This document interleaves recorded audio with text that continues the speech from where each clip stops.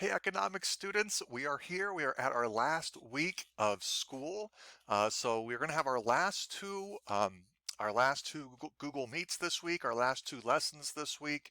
And the next week is just a week that if you're missing any assignments, want to get those turned in, you can get those turned in next week. So essentially this is it.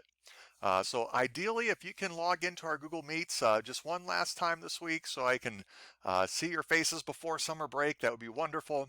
If not, just make sure you're getting the lessons done, and I hope things are going well, no matter what you're doing.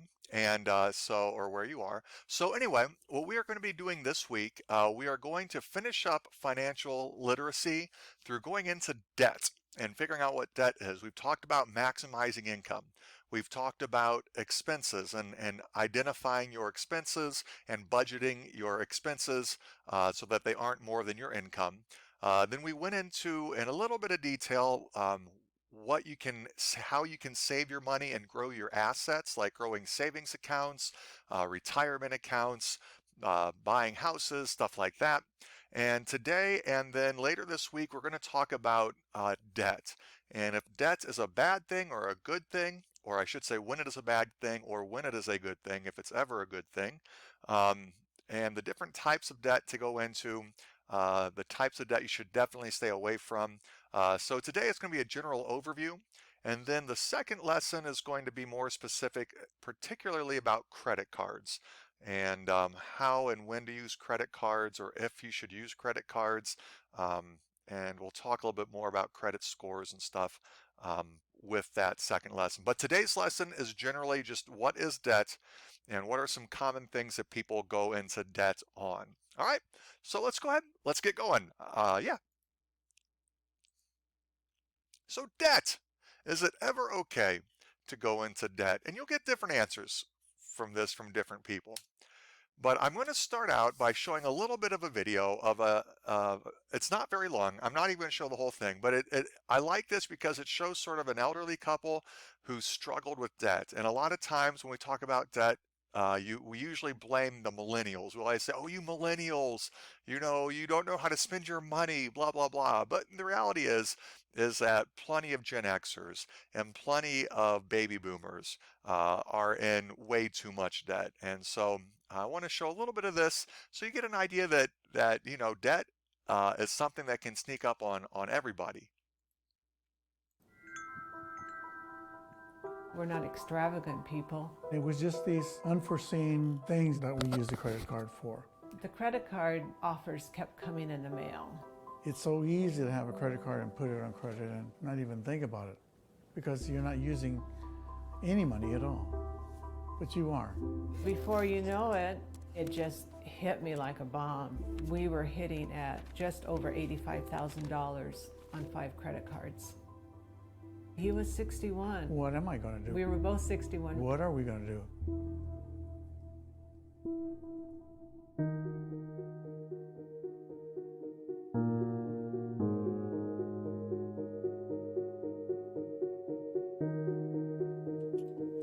We were renting a home in Orange County and we were 50. We couldn't afford really a much higher mortgage payment. But buying this house was literally something like a dream come true. I was going to be a homeowner. The $85,000 in debt, a lot of it was for the house. It needed new flooring, it needed new bathrooms. It was a combination of stuff and vacations. Let's just spend, get what we need. What's the big deal? I had this great job. I enjoyed going to work. I loved doing what I needed to do. I could buy whatever item I needed. Me losing my job didn't even cross my mind. So I lost my job. The plan had been we were going to work till 66, retire together. Well, this little hiccup got in our way and we couldn't make the minimum payments. That was scary. At 61, when I was laid off and I was kind of forced into retirement, Susan did some research and she reached out to the credit card counseling. All right, so I'm going to go ahead and stop it there. Well, later, I should say in the next lesson, I'm going to replay the video and take it through to the end. But again, you see an elderly couple who essentially found themselves with too much debt. And they blamed credit cards. They said credit cards, credit cards, credit cards, $85,000 in debt with 5 credit cards. But the reality is they bought a house they really probably couldn't afford. They went on a lot of vacations, if you listen to that. And essentially, they weren't really budgeting their money. They weren't thinking about what they were spending. They just said, we just kept putting it on credit cards because, it's like we're not really spending money if you just put it on a credit card. And now that's a little bit later in the video, but so credit cards are dangerous. They can be they can be good things, but they're also very dangerous because it all comes down to budgeting. You don't want to spend more than what you make, and they were not sticking with the budget, and they got in over their heads. And so at age 61, you're going to see they're going to have to make some pretty drastic changes to get themselves out of debt. And we'll show that a little bit later. But debt can come and hurt all of us. So some very basics. Again, this lesson is going to be very straightforward. Essentially, what is debt? Debt is any time you owe someone money. So if you take out a loan to buy something, you are essentially going into debt. Debt is an amount of money borrowed from one person from another. Usually you go into debt to make a large purchase. So when I borrow money to buy a house or I borrow money to buy my car, all right, that is me. I'm one of the parties in that transaction. I am borrowing money from what we call a lender. Typically a lender is a bank. A lender is somebody who loans money. So I am one party, the borrower. The bank is the other party, the lender, and I am going into debt to like buy something that I can't afford right here and now. When somebody loans you money, they're not doing it out of the goodness of their heart. All right. They are investing in you. They are not just giving you money because they like you. They're giving you money because they see you as an investment and they think that you will pay them back with interest. That is what it is. And I know it sounds heartless and cruel, but and when you go to a bank and talk to someone face to face, they definitely tell you they value you as a person. They make you feel like a human being. But at the cold hard truth is you are an investment to that bank. Now the actual workers there might care about you. The actual people in the bank might care about you, but the overall institution of the bank just wants their money. You know what I'm saying? So when somebody loans you money, they are making an investment with you and they're expecting to earn a return on that money. That is what is called interest. Interest is the amount of money that a lender is expecting to get back in addition to the money they are loaning to you. So why would you do this? There are some people, like there's a very famous financial planner called Dave Ramsey. And I don't do the Dave Ramsey plan. I know people who do, and it is a really good plan. And the Dave Ramsey plan essentially says you should never go into debt on anything. If you need to buy something, you need to buy it with cash. And if you can't afford to buy it, then you need to save up and buy it later. And it's actually, he has a very detailed plan on how to do this, and it's really good. But most people in our country do borrow money. And in fact, it's kind of ironic, sort of almost like a negative externality. If everybody in our country did the Dave Ramsey plan and nobody borrowed money, our economy would kind of collapse. We're kind of built on the concept of people borrowing money, but that's neither here nor there. So people usually borrow money to make large purchases that they don't have the immediate funds for, but think they can then pay them off in the long run. So the idea is you are borrowing money right now to buy something that is going to give you utility, a lot of utility today and utility in the future. And you feel that utility that you are gaining by buying that thing right now is more beneficial than saving the money that you would by not buying it and by not having to pay interest. Some very common examples of things people go into money or loans on, we'll go into this here, school loans, home loans. Why is that little thing there? And you can't see it because the stupid bar won't leave, but another thing that people commonly borrow money on are car loans. So how do loans work? All right, when you borrow money, there are typically 3 variables that you work out with the person you're borrowing from, which is what we call a lender. A lender is a financial institution, typically a bank, but it doesn't have to be a bank. It's any financial institution or any person really that makes funds available to another person. Like if you're borrowing money, they're making it available to you, with the expectation that those funds will be repaid in full with an additional amount, which is called interest. So there are usually 3 main variables that you look at when you're borrowing money, or that a lender looks at when when you come to an agreement with a lender to borrow money. First is the principal. That is the actual dollar amount that you are getting in the here and now to buy something.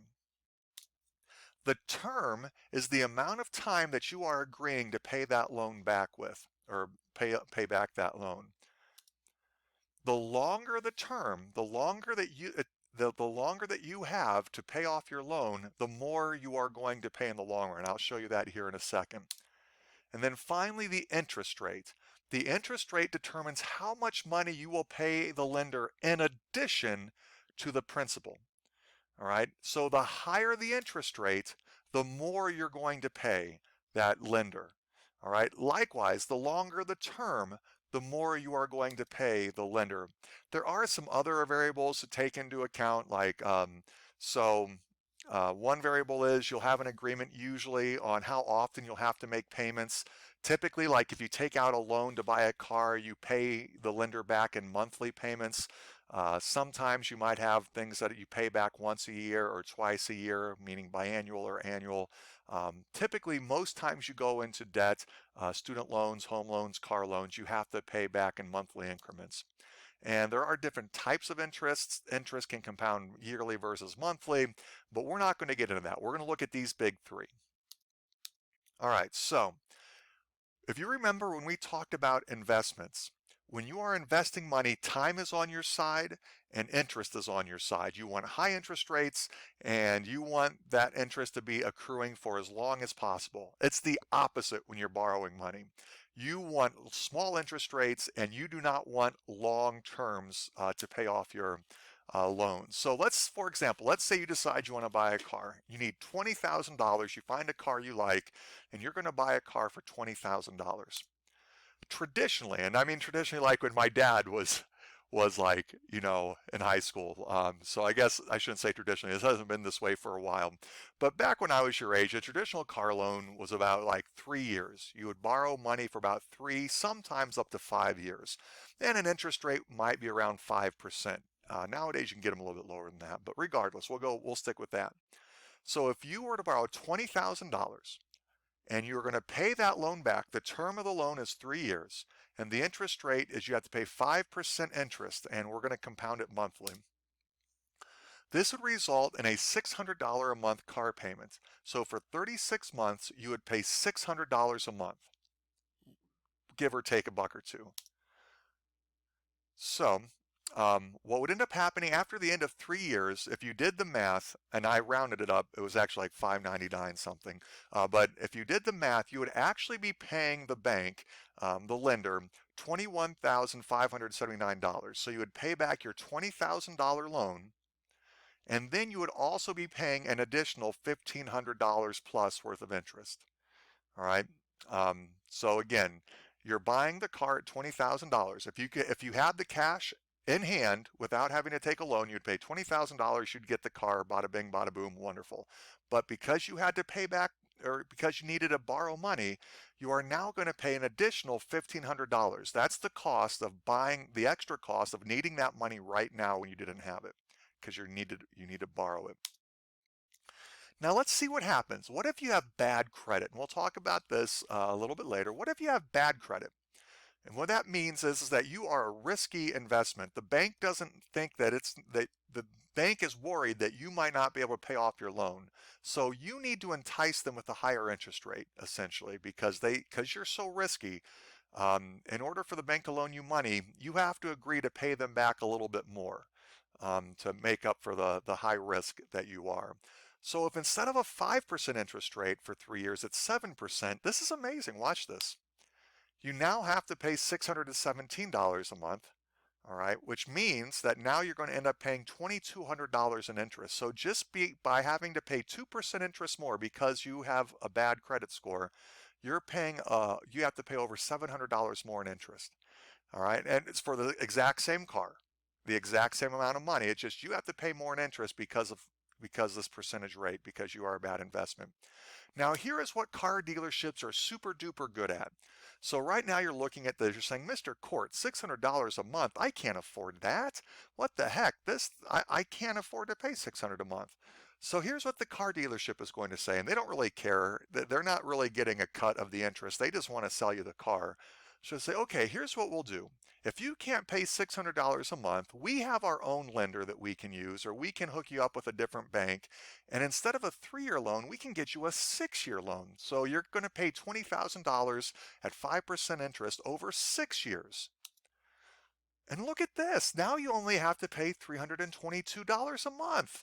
Whoa! They just saved you a ton of money. This is great. You can afford $300 a month, right? $322 a month. That seems great.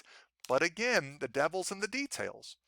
It's instead of paying again you're paying instead of paying, I should say, that loan back over the course of 3 years, meaning 36 months, you're now having to pay over 6 years, which is 72 months. So before you're paying about $600 for 3 years, $600 a month. Now you're paying $322 a month for double the amount of time, for 72 months. And if you do the math, you are now going to be paying $3,200 in interest.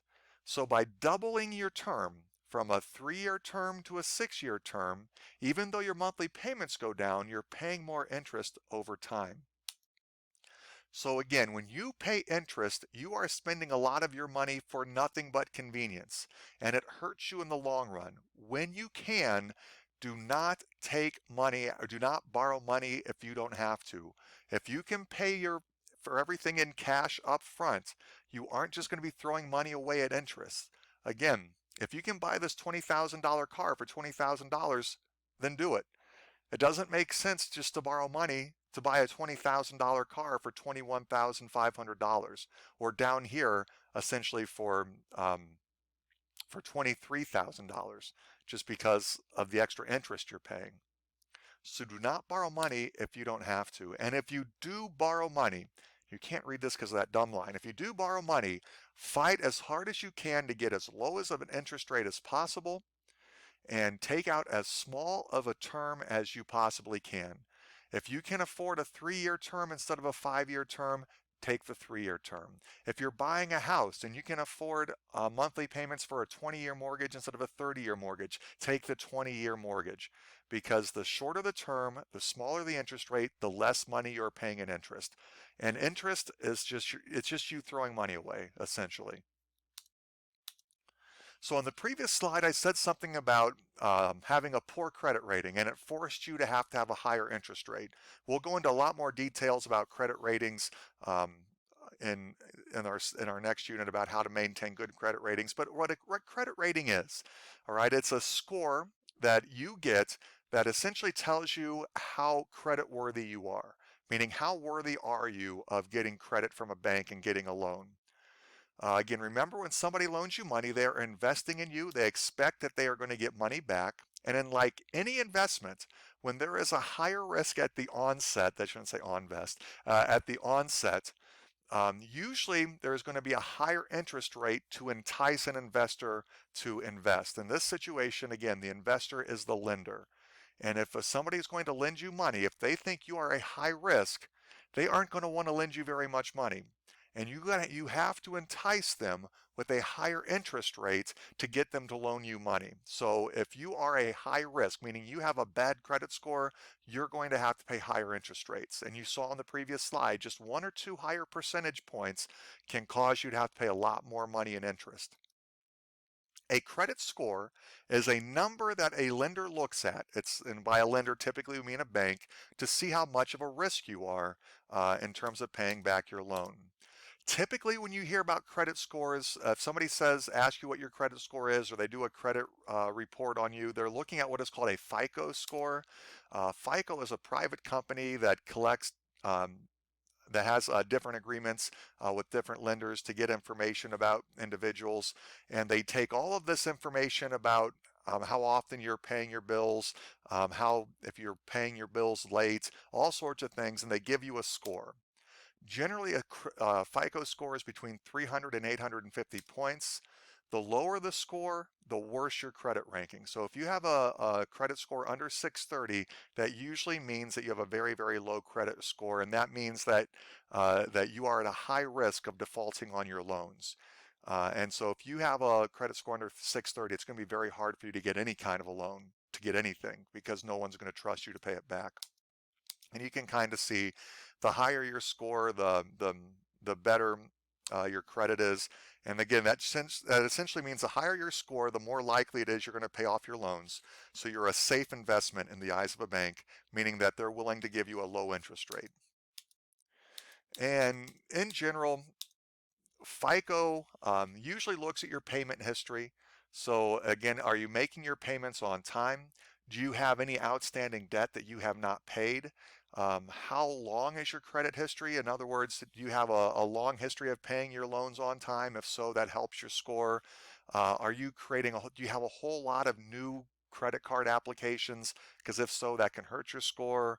And they also look at the different types of loans you have, like house loans, car loans, credit card debt, all that stuff. So this is essentially how FICO looks at all of your credit. And we'll go into how you can maintain a good credit score in our last lesson. Banks will also look at your income. They'll look at how long you've held a job.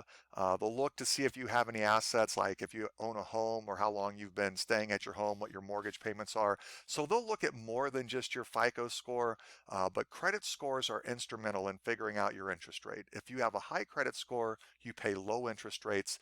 You save money if you're borrowing, if you need to borrow. If you have a low credit score, you have to have high interest rates, and that costs you so much money in the long run. And again, when you pay interest, and this isn't the greatest analogy, but you're essentially just lighting your money on fire. Like again, when you can, do not borrow money. Like when you can pay for something in cash, pay for it in cash. I can't reiterate that enough. So again, if you can buy a $20,000 car for $20,000, do it. It doesn't make sense to take out a loan just so that you can pay $20,000 and then an additional $2,000 in interest. You just wasted $2,000 that you could be using investing in the stock market or something. And I'm not preaching. I know I've had to borrow tons of money in my life. So if anything, this is experience talking, not me being judgmental of people who need to borrow money. All right, so things that people typically borrow money for, and these are what we would usually consider typically good reasons to borrow money. First is education. It's usually seen as a relatively wise investment to earn higher degrees, whether it's an associate's degree or a bachelor's degree.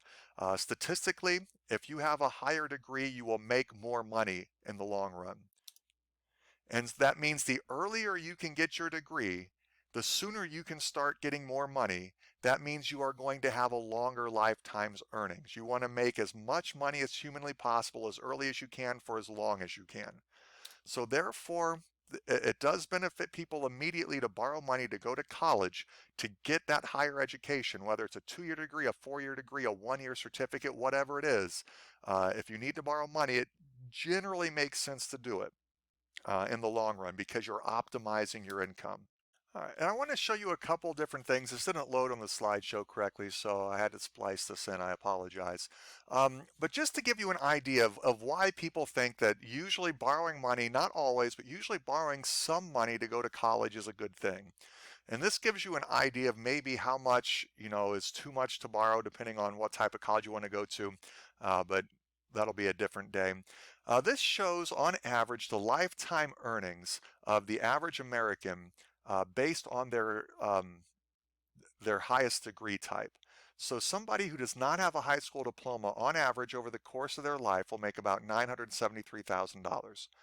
With the high school diploma, just by graduating from high school, on average you're expected to make about 1.3 million, so almost just under $400,000. That high school diploma gets you just about $400,000 worth of extra earnings with your income over the course of your life. And again, I'm going to go ahead and just jump from high school diploma to bachelor's degree. So getting a 4-year bachelor's degree on average will increase your earnings from 1.3 million to 2.2 million. So you earn almost $1 million more over the course of your life if you end up getting a 4-year degree in college. Now this is on average, all right? So understand this is not guaranteed that you're going to make $1 million more if you get a bachelor's degree in college. And then you can kind of look and see how much more you earn with a master's, a doctorate, some sort of a professional degree like a law degree. Even getting an associate's degree, particularly in nursing. Like nursing is a great 2-year degree to get. The average nursing degree is actually would increase your lifetime's earning up over $2 million. Regardless, you can kind of see that by investing in your education, by getting a higher degree of education, you are increasing your ability to make money in the long run. So borrowing 30 or 40 or $50,000 for the next 4 years to get a bachelor's degree, in theory, would pay off. In theory. Now, this is the law of averages here. There are some people with a high school diploma who earn well above this, and there are some people with a bachelor's degree who earn well below this. So again, we're talking about averages.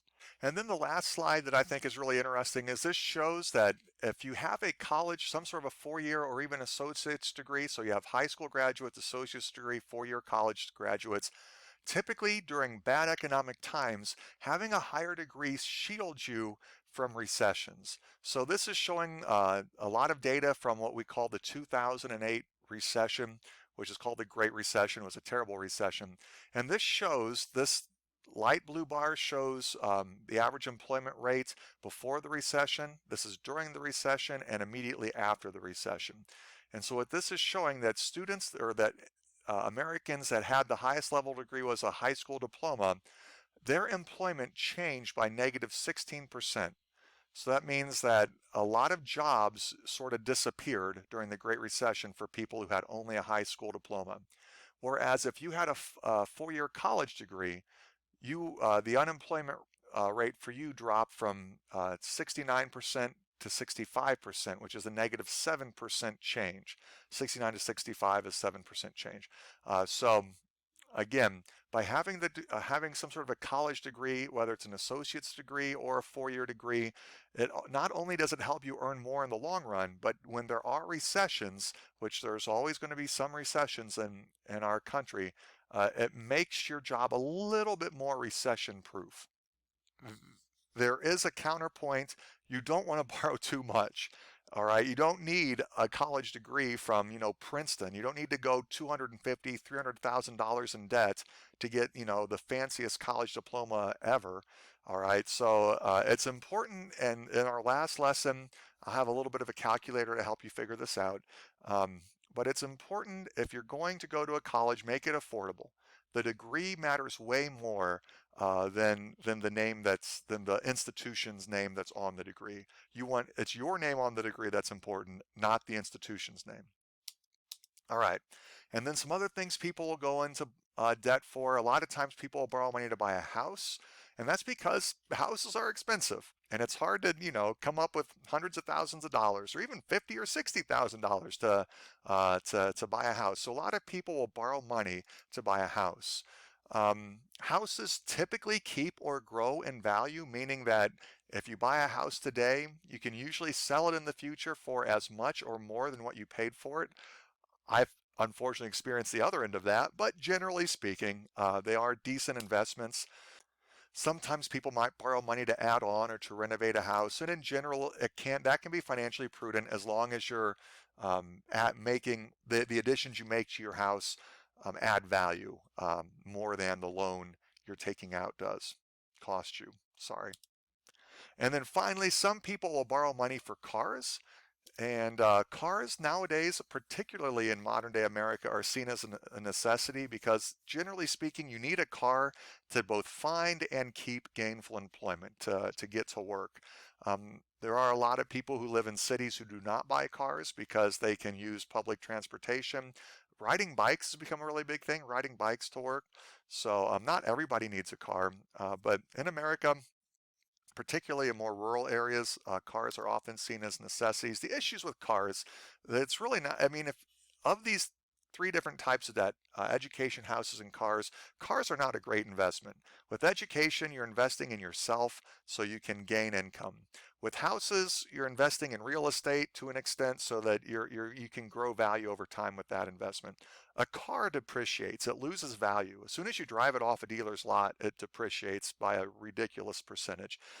So you aren't really ever going to be able to make money buying cars. So if you're going to ideally, going into debt, taking out a loan to buy a car isn't usually seen as a great investment, but in general, you need a car to get to work, so it is what it is. So some not good reasons people borrow money. Some people borrow money to buy luxury goods like timeshares, which are essentially prepaying for um, vacation accommodations, um, boats, recreational vehicles. These are all sort of luxury goods. And generally speaking, if you have good credit, you can get loans to buy these things. You can get a loan to buy a boat. You can get a loan to buy a timeshare. You can get a loan to buy a recreational vehicle from some sort of a bank.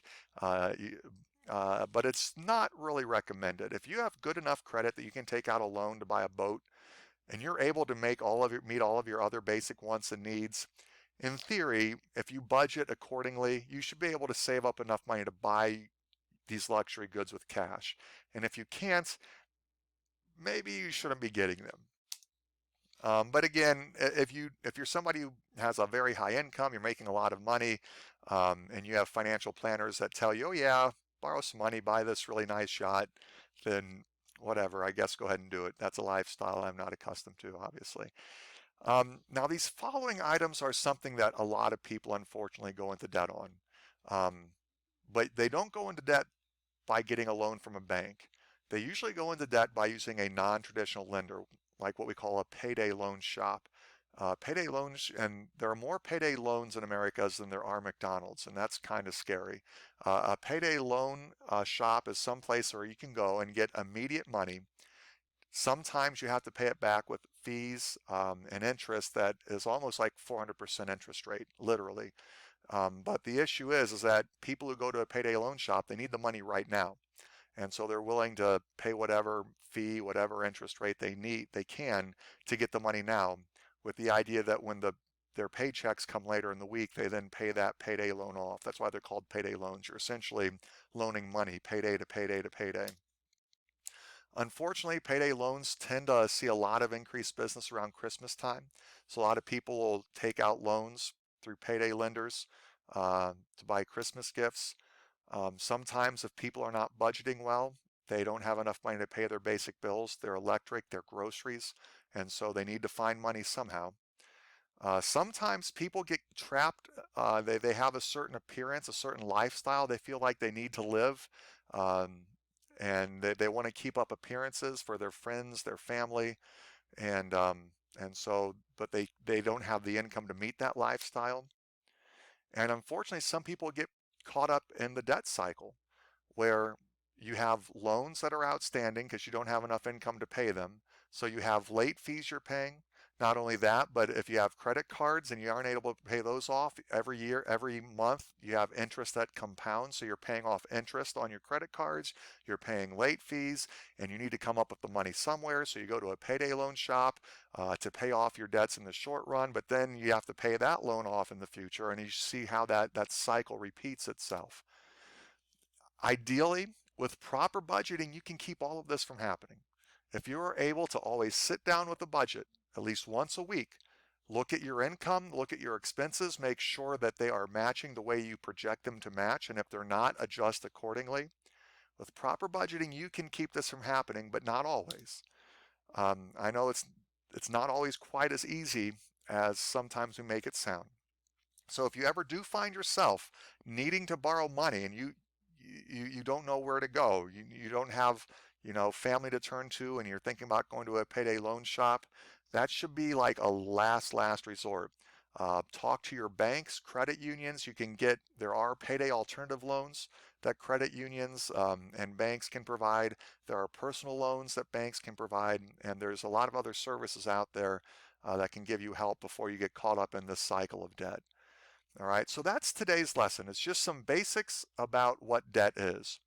All right, and in general, the good things to go into debt on if you are going to go into debt: education, houses, cars, and I put cars there with a really iffy, shaky sign because they don't really hold value.